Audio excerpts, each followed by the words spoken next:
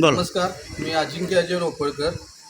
आज भारतीय जनता पार्टीचे अधिकृत उमेदवार भाजपचे जिल्हा परिषद गटाचे ज्योती भालचंद्र होसमानी व भारतीय जनता पार्टीचे अधिकृत उमेदवार पंचायत समितीचे श्री अभिषेक मोहन गावडे यांचा प्रचार चालू आहे. संकल्प विकासाचा, निर्धार परिवर्तनाचा हा ध्यास घेऊन लोकांची कामे करून लोकांच्या समोर आम्ही जात आहे व त्यांच्या समस्या सर्व काही जाणून घेत आहे. आम्ही प्रयत्नशील राहू की लोकांचं परिवर्तनाकडे पाऊल वळावं व भारतीय जनता पार्टीला उत्स्फूर्त प्रतिसाद मिळावा. आमच्याबरोबर 18 पगड जाती व 12 बलुतेदार सोबत आहेत. सर्व जातीय धर्माला घेणारा पक्ष हा भारतीय जनता पार्टी आहे. त्यामुळे आपणास विनंती करून व लोकांच्या हातापाया पडून सांगतो की भारतीय जनता पार्टीच्या उमेदवाराला आपण भरघोस मतांनी निवडून द्यावे हीच सिद्धेश्वर चरणी इच्छा व्यक्त करतो. धन्यवाद. नमस्कार, मी चंद्रकांत शेवाळे, एक भारतीय जनता पार्टीचा सदस्य.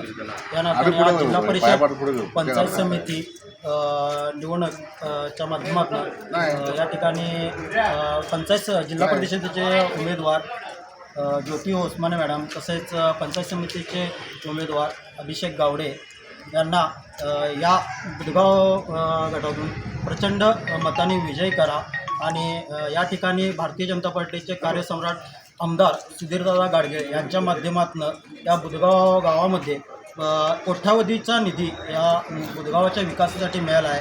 बुधगावातील रस्ते असतील, गटारे असतील, या बुधगावातील जवळजवळ 90 ते 95% कामे पूर्ण झालेली आहेत. या ठिकाणी बुधगावच्या विकासात आमदार सुधीर गाडगे यांचा मोलाचा वाटा आहे. त्याचप्रमाणे भारतीय जनता पार्टीचाही मोलाचा वाटा आहे.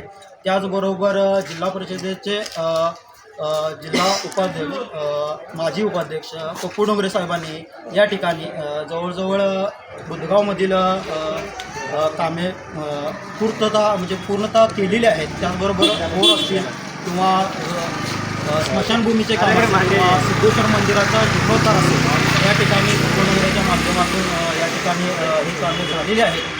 त्याचबरोबर बुधगाव पंचायत समितीचे उपाध्यक्ष, माजी उपाध्यक्ष विक्रमभाऊ पाटील यांच्या माध्यमातूनही बुधगावला बरेच ठिकाणी कामे झालेली आहेत.